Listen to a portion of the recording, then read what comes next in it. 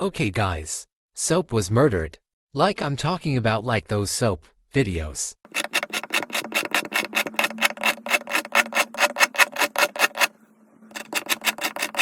Yeah, it was Plate. But normally killing somebody in this universe is impossible, unless Pencil allows it. Pencil is like a god. He does whatever he wants with our universe. And he likes Plate a lot.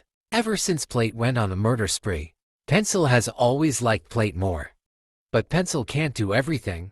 He can only decide if you are able to die, not if you are. That's how Plate killed Soap, and almost everyone on this planet. I don't know why Pencil doesn't just do that for us. Yeah, he's huge. Why is Plate like this?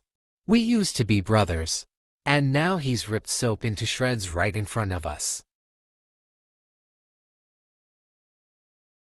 I will not stand for this. Me neither.